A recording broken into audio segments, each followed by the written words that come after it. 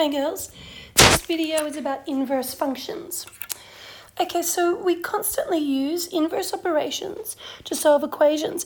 For example, if you have x plus 3 equals 8, you use the inverse or opposite of plus 3, which is minus 3. Minus 3 to both sides, and then you get x equals 5. So you've been using this idea for a long time. So now inverse operations cancel out the original operation.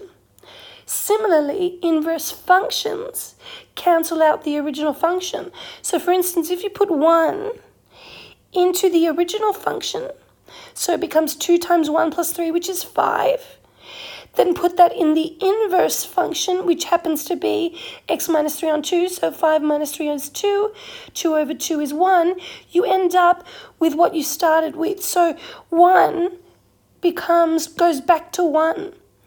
So in other words, the function, so if this is the normal function and this is the inverse, they cancelled each other out and you ended up with what you started with. So now a one-to-one function is any function where for each x there is only one value of y, and for each y there is only one value of x. So in other words, I'll just show you a little picture. Here's a function. I'm going to do this.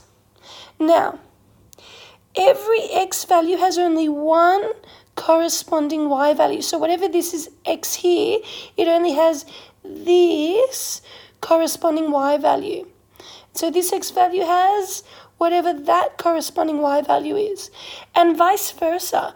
So every y value has only one corresponding x value.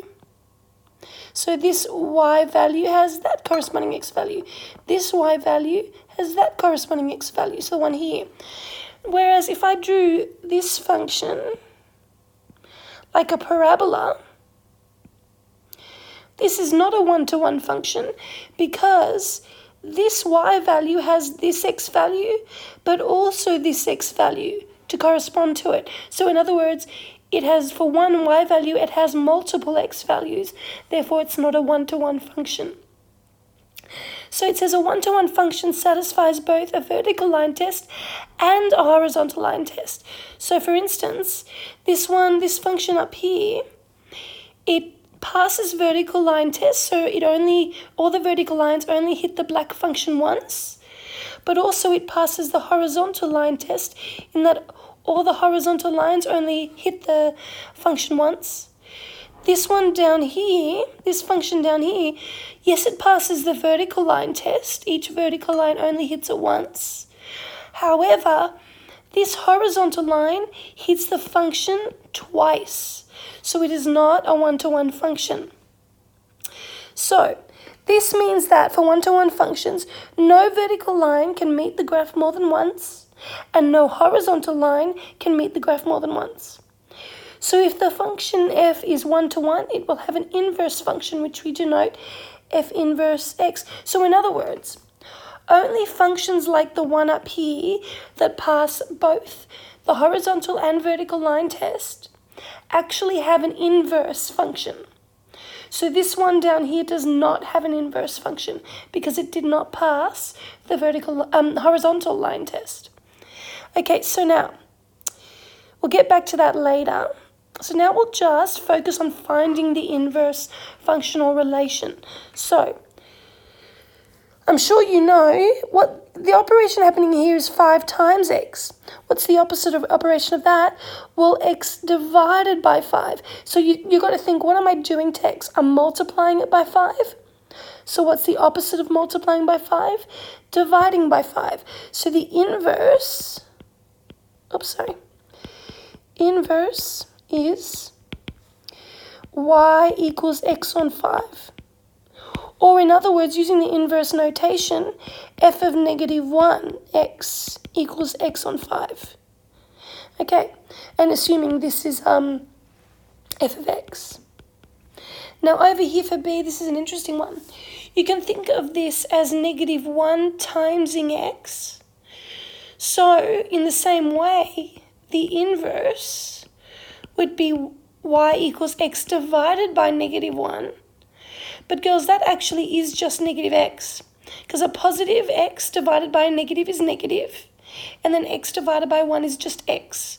So what's interesting about this one is the inverse of y equals negative x equals the original function, y equals negative x. So it's a self-inverse function, as in it's the inverse of itself, which is an interesting idea. Okay, let's keep going. So here, for C, what's the opposite of dividing by 3? Multiplying by 3. So my inverse is y equals 3x. What's the opposite of adding 2 to x? Minusing 2 from x. So the inverse is y equals x minus 2. Here, what's the opposite of putting it to the power of 4? It would be the 4th root. So the inverse is y equals the 4th root of x. So they're really easy because they're all like one-step functions. But what if there's multiple steps to the function, or it's a bit more complicated? Then we need to have a procedure. So it says to find the inverse relational function for more complicated functions, we swap x and y and then make y the subject. So for these that are a little bit more complicated, the first thing I'm going to do is switch x and y. So it becomes x equals 3y minus 1. Now I want to make y the subject. So I add 1 to both sides. Cancel, cancel. I get x plus 1 equals 3y. Divide both sides by 3. Cancel, cancel. I get x plus 1 over 3 equals y. And now, but I should always have y on the left. So always finish it off like this. And that's the inverse. Now, you might be wondering, why aren't I using the inverse notation? That's because the questions were giving to me as y. But let's change this next one and make this fx. So if fx equals x squared minus 4, let's write the inverse as f negative 1. So now, what's my first step? I swap x and y. So x, because this is like y anyway, x equals y squared minus 4. So I add 4 to both sides, y squared equals x plus 4. So y equals plus or minus root x plus 4. So therefore we can use now the inverse notation. That. Now something to think about. By writing this notation, I don't have to write inverse like I did over here, because that actually says this is the inverse of the function. So I don't need to write the word. Okay, let's keep going. Okay, so again, I swap x and y. Move 7 to the other side, or in other words, subtract 7. Divide by 2 both sides. And the opposite of putting something to the power of 5, is taking the 5th root. So that cancels out with that. So y equals the 5th root of x minus 7 over 2. I personally would leave it like that. And if you want, rewrite it with f of inverse, the inverse notation. Okay. Now the next one, this one looks a little bit more complicated. Let's switch x and y. So x equals y plus 4 over y minus 1. Oh, 2 y's, okay. So now I've got a fraction in my equation. I don't like fractions, so I'm going to multiply both sides by the denominator of y minus 1. So here they cancel out, and I get x outside of y minus 1 equals y plus 4. To make y the subject, I need all the terms with y on it on one side, and then I can factorize y out. So let's expand this first. Now I'm going to move this x over, so in other words, I'm going to add x to both sides.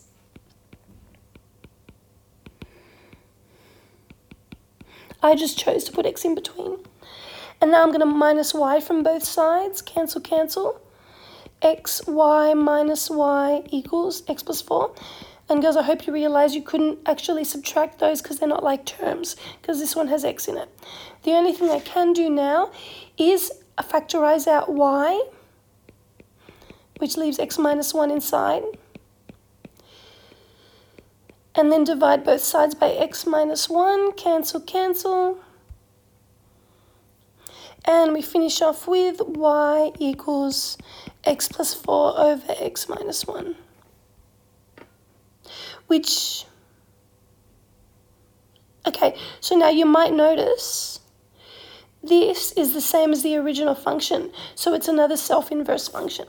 However, do not assume something will be self-inverse. Still do that whole process to find what your inverse is. So this is the inverse, or you could just rewrite it using inverse notation, f of -1. Okay, so properties of an inverse function. If y equals fx has an inverse function, in other words, if it satisfies the horizontal and vertical line test, then the inverse function is f -1x. It must indeed be a function, so it must satisfy the vertical line test. So in other words, this new one must satisfy the vertical line test. It has a graph which is the reflection of y equals fx in the line y equals x. So in other words, every function and its inverse is the mirror image of each other along the line y equals x. I'll show you an example in a sec. And it satisfies the composite property of f inverse x. The two functions cancel each other out and you're just left with x. And that's true either way. So whichever one you apply first, it doesn't matter, you end up with x. So again, I'll show you an example of that in a second. Now this is interesting. The domain of f inverse is equal to the range of f. The range of f inverse is equal to the domain of f. Now that's because remember when we swapped x and y? So like when you have something like y equals x minus 4 and then you switch x and y and then you get the new function. Because of that idea that x and y swapped, well, that means the range and domain swap. Because if you remember, the range is to do with y and the domain is to do with x. So that's why their properties swap, because x and y swapped. Now in this example, y equals f inverse x is the inverse of y equals fx. Okay, so first of all, look at the diagram. Here you've got fx. Here you've got f inverse. They are the perfect mirror image along the line y equals x, and that'll be true for every function and its inverse. And also, if you have a look, both functions pass the the vertical line test. So therefore, they are both functions. So in other words, if I draw vertical lines, I only hit fx once, and I only hit f inverse x once. So they're both functions.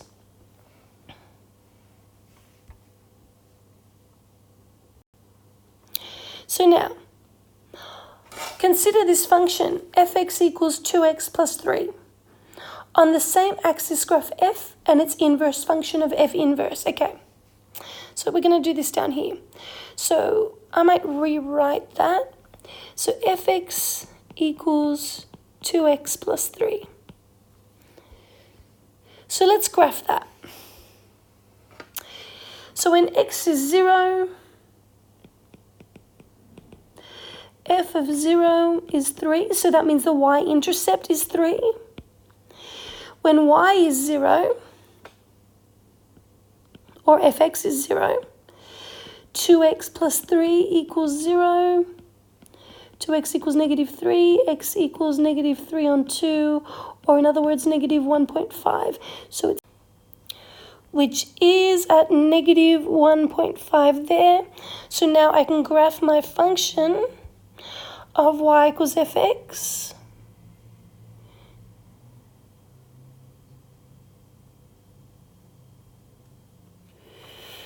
Which is about there.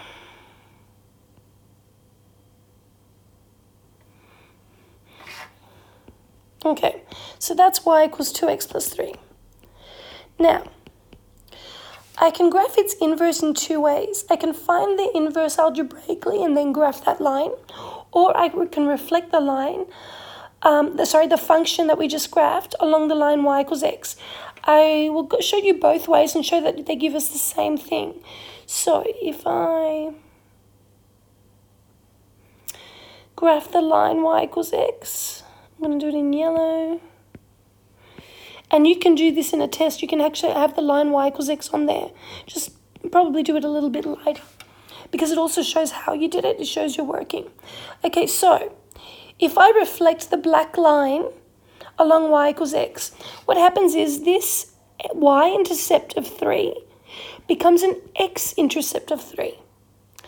And this x-intercept of -1.5 becomes a y-intercept of -1.5. Now, the point about here that is actually on the line y equals x actually stays on y equals x, because when everything's reflected, it just stays where it is. It doesn't have anywhere to go. So my new line looks something like this.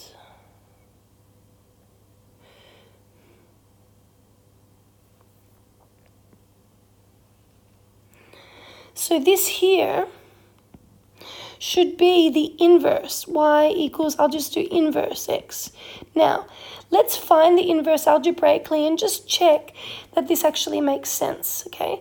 So, if y equals 2x plus 3, then we say x equals 2y plus 3, minus 3 to both sides. 2y equals x minus 3, divide both sides by 2. Y equals x minus 3 over 2. So, what would the graph of that look like? Well, the x-intercept would be when y is 0. So that's when x minus 3 on 2 equals 0. Now remember, I've said about fractions. A fraction is 0 when the numerator is 0. So that's when x minus 3 equals 0, or when x equals 3. Now wait a minute, if that's the x-intercept, that's correct, because that's exactly what we drew. We said the x-intercept was 3. And now for the y-intercept, that's when x is 0. So you get y equals 0 minus 3 on 2, which is -3 on 2, or -1.5. And again, that's exactly what we drew. So the line we drew by reflecting the function along y equals x is the same as when we algebraically find the inverse. So both methods work.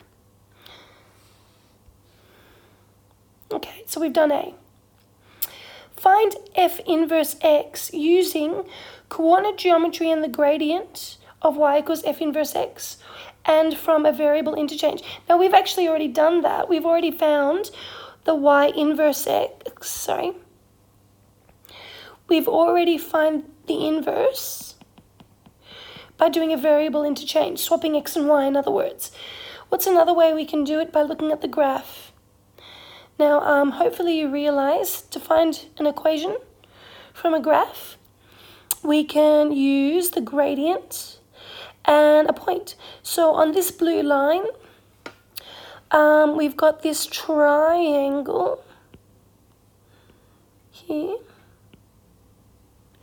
Now, that has a run of 3 and a rise of 1.5.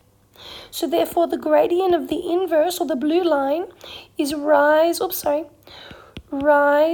run, or a half. And it has a y-intercept, or b, of -1.5. So the inverse function is a half x minus 1.5. Now you're probably thinking, well, that looks actually quite different from what we got before. What we got was this one here, we got this one, x minus 3 on 2, but can we make it look like that, x minus 3 on 2?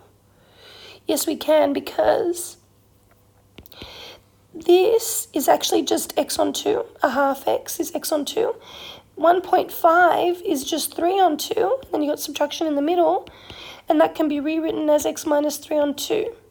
So once again, the whole point of this question was to show you that by reflecting a function along the line y equals x, it does in fact give you the right inverse function. Okay, now we're ready to do part C. Okay, it says check that FO F inverse of x equals F inverse OF of x, which E then equals x. Okay, that sounds a bit confusing. Let's just bring that down and work on it down here. Okay. So what is all that about? Now, first of all, let's just remind ourselves what are our functions. F of x is 2x plus 3, and F inverse of x is x minus 3 on 2. Okay, so let's try and work out the left-hand side first. In other words, let's try to work out F inverse of x. So what is that?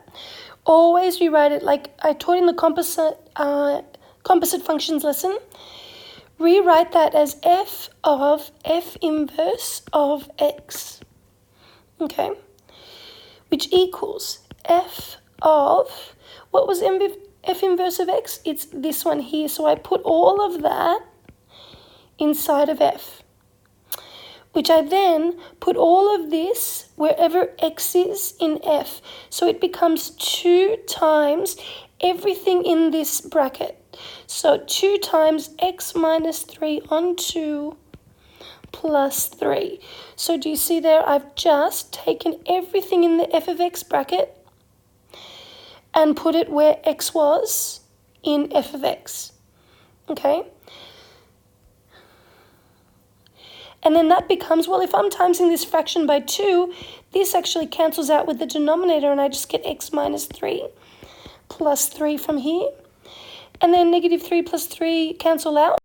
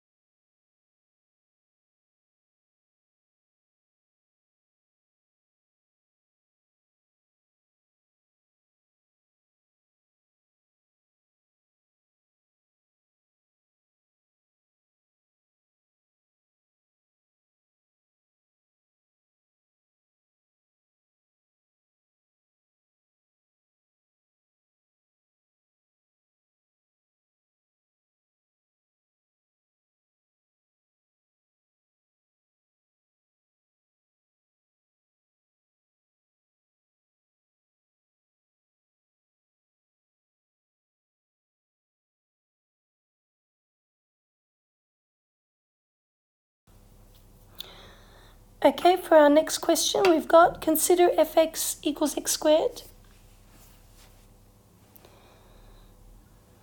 Now remember, you can rewrite this as fx equals x squared. And it says explain why this function does not have an inverse function. So that's part A. Now, this does not have an inverse function because fx is not a one-to-one function. In other words, it does not pass the horizontal line test.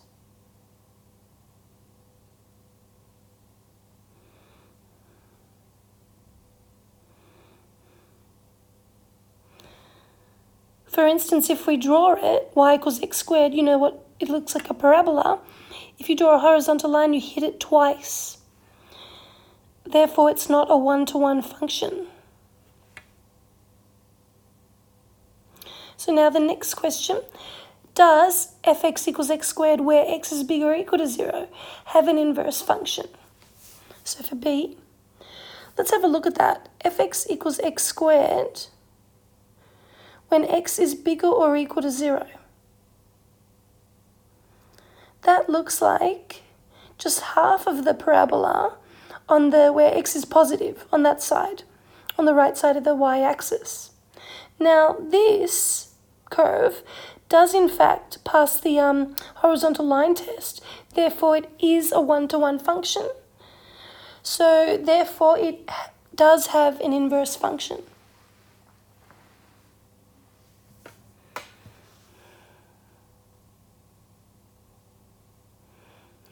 Okay, so for part C, we have to find the inverse of x for fx equals x squared, where x is bigger or equal to 0.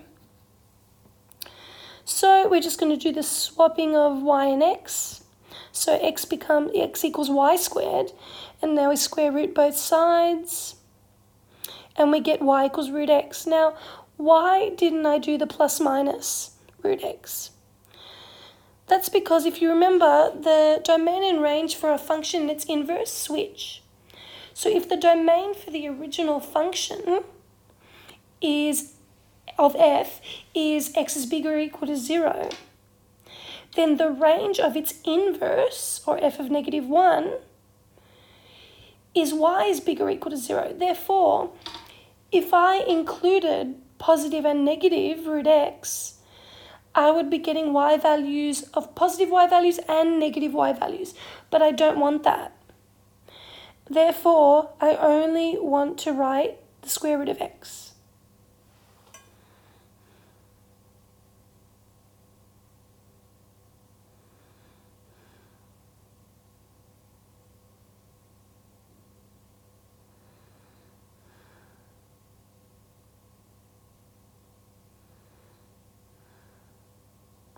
So therefore, f inverse of x is root x. Now question D says, sketch y equals fx and y equals x and y equals f inverse of x from the previous questions. Okay, so here's our grid. And to sketch y equals x squared, when x is bigger or equal to 0, we get 0 squared is 0, 2 squared is 4, and we could do 3 squared is 9. Now I'm trying to be specific with these points so that I get exactly the right parabola. So joining them up, you get y equals fx, which was just x squared, but for x is bigger or equal to 0. And now we're going to draw the line y equals x using a ruler. And we get that line there, which is y equals x.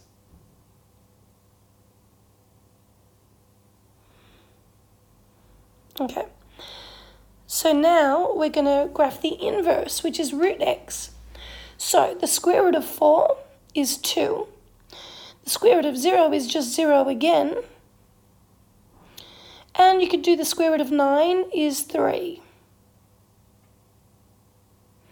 And so we join those up to get y equals root x.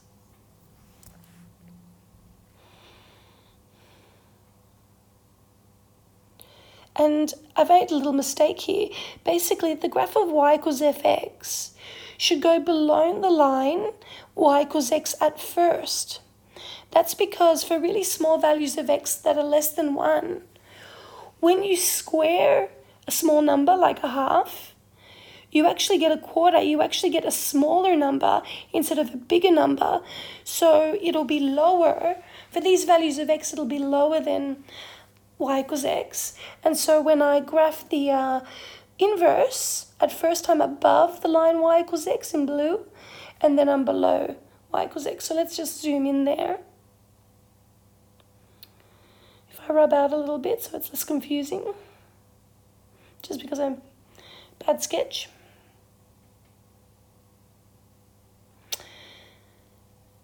So the intersection of all three functions is at x equals 1.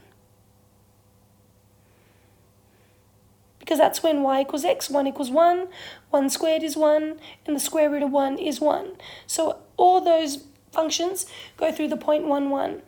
Now when x equals a half, the green line y equals x hits y equals a half. So that's why it's that high. But on the black curve, which is the square of x, if you square a half, you actually get a quarter. And that's why we need to be lower than the point on y equals x, because a half squared is only a quarter. So that's why for values of x between 0 and 1, we're below the line y equals x, because we actually get smaller for fraction values below 1. So that's why the black curve is below y equals x. And then when you flip it, the blue curve becomes above y equals x at first for values less than 1, x values less than 1, and then it goes below.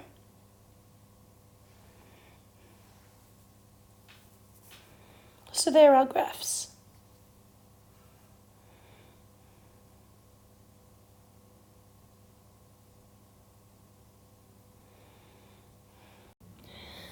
Okay, for the next function, we're looking at self-inverse functions. So that's when the function and its inverse is exactly the same.